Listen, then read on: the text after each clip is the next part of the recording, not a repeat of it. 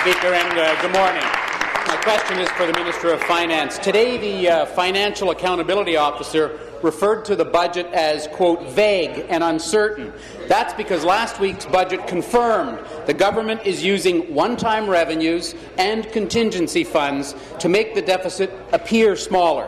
One example is using one-time money from the brisk housing market.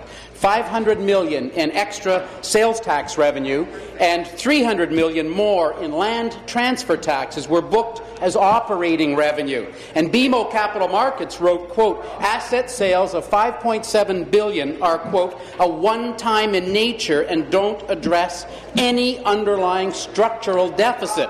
Speaker, I ask the Minister, why do you continue to use one-time money to artificially lower your deficit? Thank you. Minister of Finance. Mr. Speaker, I'd like to begin by thanking the Financial Accountability Officer for his report. Mr. Speaker, the FAO has an important mandate to provide forward-looking commentary. And on page 1 of his report, the FAO confirms that we are on target and on schedule to balance the budget by 2017-18, Mr. Speaker. It quotes, Ontario 2016 budget reaffirmed the government's commitment to eliminate the budget deficit by 2017-18 and to maintain a balanced budget going forward. It's also important to note that the FAO affirms key aspects of our plan.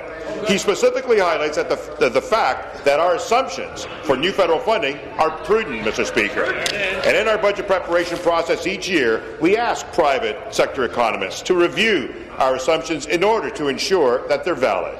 And in 2016, it was no different. 3 economic experts reviewed our economic forecast and affirmed that they are reasonable, and that's on page 245 of the budget, Mr. Speaker. Thank you. Supplementary. Thank you, Speaker. What we didn't hear was, back to the Minister, was that because of using one-time funding, the Financial Accountability Officer also said, quote, maintaining balanced budgets beyond 2017 will likely prove challenging, Speaker. This government is so desperate for cash, they're threatening to go back as far as 1989 to target commercial entities for land transfer taxes. This is frightening the markets. They see through the desperation and making Ontario less desirable. Member from Eglinton Lords. Speaker, Bryn Purchase, Ontario's former chief economist and deputy to many ministries, stated, quote, the added revenue from cap and trade and the Hydro One sale helped to make the provincial numbers look better.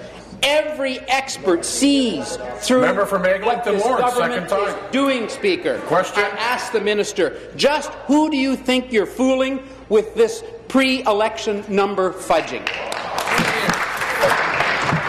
Mr. Speaker, the budget and the... I'm going to ask the member to withdraw. Withdraw. Guard your language in terms of what you're supposed to say in here, please. Thank you, Mr. Speaker. In preparation of the document and in preparation of the budget, you take forecasts. We have leading economic forecasters from across the country. Over 15 of them provide their projections. We then take them, average them, and taper them down. Furthermore, we look at experts and they review them. And here is this, and listen, Mr. Speaker, I apologize. Looking at the full outlook period for the 2016 budget, which covers 16 to 19, our government's average nominal GDP growth forecast is in line with those private sector forecasts. New economic data since the release of our budget confirms the economy is on track and advancing in a relatively robust pace. And independent advice is important to the government, and that is why we indeed value the Financial Accountability Officer's input. So it's important to note the budget assessments by 2 credit rating agencies, which the member opposite often refers to, and here's what they say. We're not going to hear that.